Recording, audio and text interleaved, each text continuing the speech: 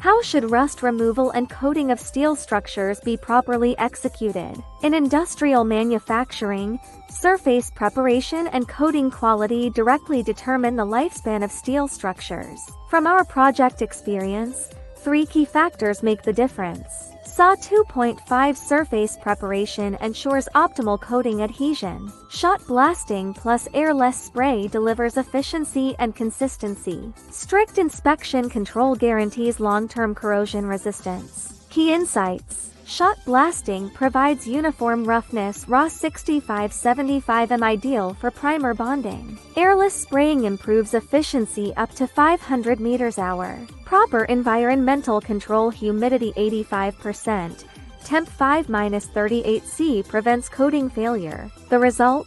Longer service life, reduced maintenance cost, and higher ROI. At Shanghai Painting, we help manufacturers build high-performance coating systems tailored to real production conditions. What coating challenges are you facing in your projects?